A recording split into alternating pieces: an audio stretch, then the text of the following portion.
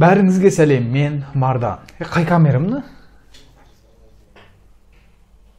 Сома? Бәріңізге сәлем, мен Мардан. Каналыма қош келдіңіз. Басқа елде өмір сүретін болсам, өмірім қалай болатын еді деп ойлап көрдіңіз бе? Бұл видеода егер Қытайда өмір сүретін болсаңыз, бір күніңіз қалай болатын еді, соны айтатын боламын. Осындай видеолардың шығуын қаласаңыз, лайк басу арқылы маған білдіре аласыз. Дайын болсаңыз, видеоны бастайық.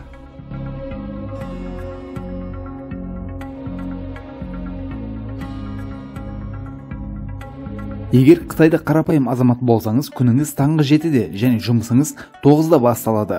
Өмір сүрген аймағыңызға қарай өзгерсе де, бір бөлмелік үйіңіздің жалпы аймағы 60 метр квадрат болады. Жұмыс жеріңіз үйіңізге жақын болса, жүріп немесе велосипедпен жұмысқа бара аласыз. Қытайдың ең ірі қаласы Шанхайда өмір сүрсеңіз, әлемнің ең күрделі метро жүйесімен саяхат жасауда сіздің бір таңдауыңыз арасында болады. Қалаған жеріңізге бару үшін өзіңіздің көлігіңізді де қолдана аласыз. Бірақ жұмысқа кіру және шығу сағаттарына мұқият болуыңыз керек. Өзіңіздің көлігіңізбен жолға шыққаныңызда ойлап көріңіз. Барлығы басында жақсы болғанымен, жүрген сайын көлігіңіз баяу бола бастайды. Белгілі бір нүктеге келгенде тоқтауға мәжбүр боласыз. Жан-жағыңызға қарағаныңызда бүгін кептелістің кешегіден көп екенін түсінесіз. Арадан бірнеше минут өтсе де жылжи алмайсыз. Не болғанын көру үшін көліктен түсіп, алдыңызға қарағаныңызда, алдыңызда километр ұзындықта кептелісті көресіз. Минуттар сағаттар күндерді толтырып, тіпті жолда жүре алмай қаласыз. Міне дәл осы оқиға Қытайдың астанасы Пекинде 2010 жылы 14 тамызда болып өтті. Әлемдегі ең үлкен кептеліс деп білінген осы күрделі кептеліс 12 күнге созылды және әлемдік рекорд орнатты. Егер сіз осы кептелісте қалғандардың бірі болсаңыз, қалаған жеріңізге баруыңыз үшін орташа 5 күнді алар еді. 100 километр ұзындықта болған бұл кептелісте күн сайын 2 километр жылжи алсаңыз, өзіңізді сәттімін деп есептей беріңіз. Осы сияқты кептелістер Қытайда жаңа кәсіптердің пайда болуына себеп болған. Кептелісте қалғандар үшін жолдың бойында тұратын халық жейтін және ішетін өнімдер сатады. Тіпті велосипедке құрылған кіші маркеттермен осы жағдайдан пайдаланып өнімдерді қымбат бағамен сатады. 1 юанға алған суыңызды 15 юанға алуға мәжбүр боласыз. Дәретханаға бару үшін сол жерде ешкімге көрінбейтін жер табуға, немесе сол жердегі халықтың құрған қымбат дәретханасынан баруға мәжбүр болар едіңіз. Бұл кептелістің пайда болуына себеп болған, бұл жолда жүрмеу керек болған жүк көліктерінің тоқтап қалуы болатын. Бұл жолда 50 жолақ болуына қарамай кептеліс болған және ұзақ уақыт бойы ашылмаған. Пекинде әлемге танытып отырған тек қана үйрегі және ұлы Қытай қорғаны емес. Пекинде өмір сүруіңізге өте үлкен әсер ететін нәрселердің бірі ауаның ластануы. Қаланың ауаны лас болғаны соншалықты, бір күн бұл қалада болсаңыз, 40 дана темекі тартқанмен бірдей дәрежеде уланасыз. Жолдағы көліктерді ауаның лас болғанынан жолыңызды 5 метрден артық көре алмайсыз. Жергілікті халықтың сеніміне қарағанда, егер кептелісте қалып қойсаңыз, мұның себебі көлігіңіздің нөміріндегі 4 саны. Себебі Қытайда 4 санынан көпшілік ұзақтау жүреді және сәтсіздік әкелетін сан ретінде біледі. Кейбір телефон операторлары 4 саны болған нөмірлер шығармайды. Бүкіл осылардың себебі 4 санның оқылуының себебі өлім сөзінің оқылуымен бірде болуынан. Сәтсіздік әкелетініне сенілетін сандардан бөлек, сәттілік алып келетініне сенілетін сандар да бар. Қытайдың көптеген үйлерінде ең қымбат қабат 8-ші қабат. Тіпті мекен жайыңызда 8 саны болса, сіз сәтті адам ретінде қабылданасыз. Себебі Қытайлар 8 саны жақсылық және сәттілік алып келеді деп сенеді. Осы себепті көлігіңіздің нөмірінде және басқа жерлерде 6 немесе 8 сандарына ие болуы жақсы деген сөз. Тағы басқа сенімдерге келетін болсақ, қолшатыр. Қолшатыр ашық күйінде үйге кіру. Себебі Қытай халқының сеніміне қарағанда, жаман рухтар қолшатырдың астына тығылып үйге кіреді. Ешкімге сағат сыйлай алмайсыз. Себебі сағат өмірдің бітуі деген мағына береді.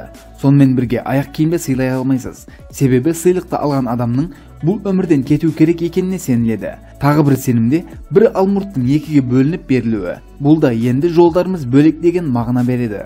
Егер жақында ғана тойы болған екі жұпқа алмұрт сыйласаңыз, олардың айырылуын қалап жатырсыз деп түсінеді. Тамақ жеуге арналған таяқшалар мен басқа біреудің тамағын жемеу керексіз. Қытайдың ең үлкен символдарының бірі болған Нико атты мысық сәттіліктің және тарихтың символы болып саналады. Әрекет еткен соң қолы тыныштық және молшылықты, оң қолы болса денсаулықты білдіреді.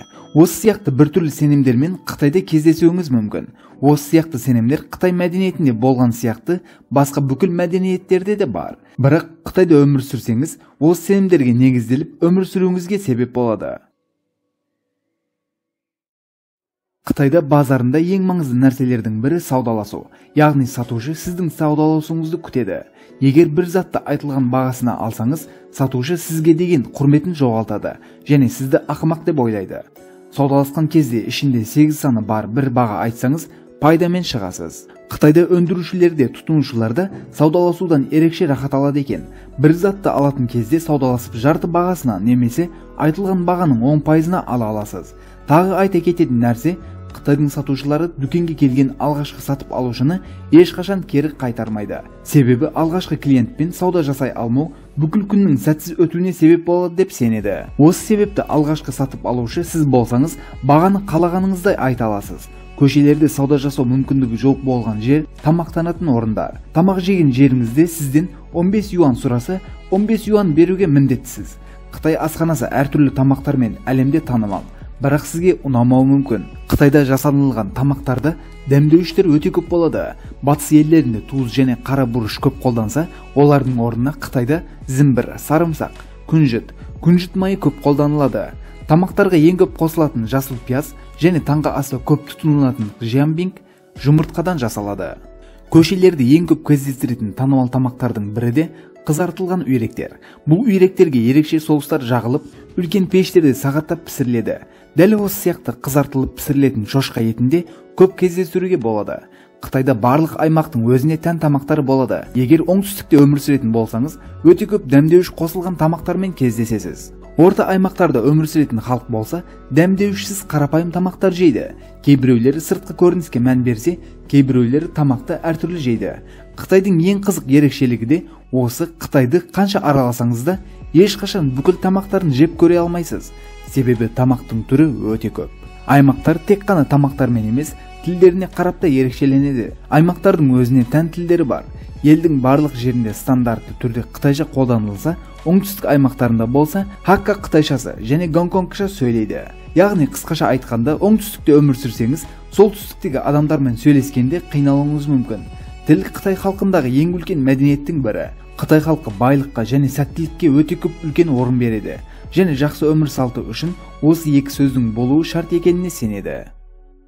Осы себепті ақша табу үшін барлық нәрсені істейді. Ұрлық және алдау өте көп тараған және бұл басқалар үшін қарапайым бір нәрсе. Себебі олардың сеніміне қарайтын болсақ, алданған болсаңыз, сіз алдануға лайықсыз деген сөз. Тіпті тағы бір сөз осы сөзді қолдайды. Егер қулық жасайтын болсаң және оны ешкім байқамайтын болса, жасай бер.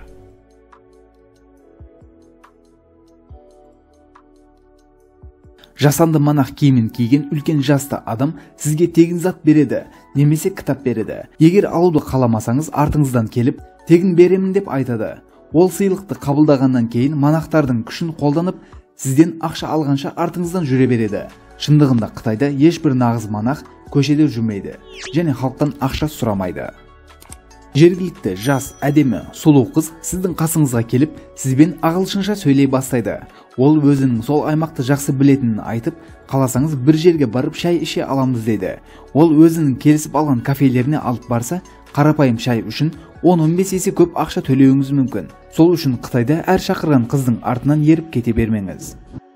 Қазіргі таңда Қытай тек қана өнеркәсібімен емес, басқалардан көшіру қабілетімен де көзге түскен. Қытайда көптеген өнімдер оригиналына ұқсас ретінде көшіріліп шығарылады. Ол өнімдер ақшаңызға қарай түрлі сапада өндіріледі. Сонымен бірге Қытай киімдердің және технологияның жасандысын шығарып қана қоймай, жеміс-жидектердің де жасандысын шығарады.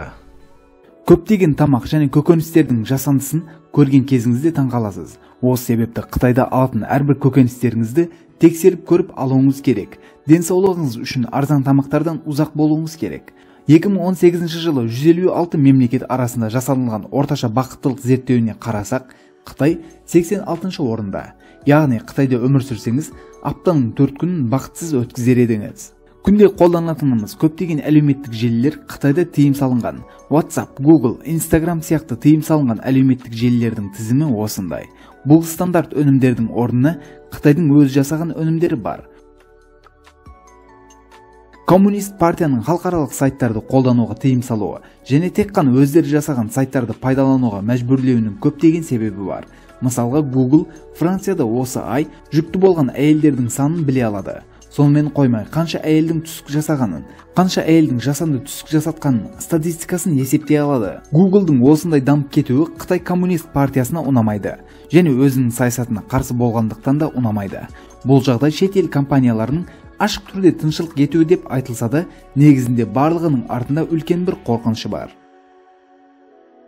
Alibaba компаниясының иесі болған Tencent компаниясымен Қытай үкіметі 2015 жылы келісімшартқа отырды және жаңа бір жүйе орнатты. Ол жүйе бойынша несие мерзіміңіз несиені тез төлеуіңізге байланысты емес, керісінше коммунист партияның саясатына қарсы келмейтін жолдармен жасаған әрекеттеріңіз арқылы анықталып отырады. Сол арқылы бал жинап, және сол бойынша несие мерзіміңіз жазылады. Олар Alibaba компаниясының иесі болғандықтан сіздің сатып алған заттарыңызды көре алады. Жергілікті өнімдерді алатын болсаңыз, балыңыз көбейеді. Басқа елден келген өнімдерді алатын болсаңыз, балыңыз төмендейді. Бұл істің қызық тарапын болса, бұл балдар шынайы өміріңізге әсер етеді. Мысалға, балыңыз өте жоғары болса, кейбір маркеттерде Powerbank және қолшатырды қарызға ала аласыз. Пекин әуежайында егер балыңыз өте жоғары болса, кезексіз өте аласыз. Сонымен бірге басқа елге бару үшін документтерді тез істете аласыз және банктерден тез несие ала аласыз. Бұл жүйеде төмен бал жинаған азаматтарға қазіргі таңда жаман нәтижемен кездеспейді. Осылайша бір видеоның аяғына келіп жеттік. Видео туралы пікіріңізді комментарияға қалдыруды ұмытпаңыз.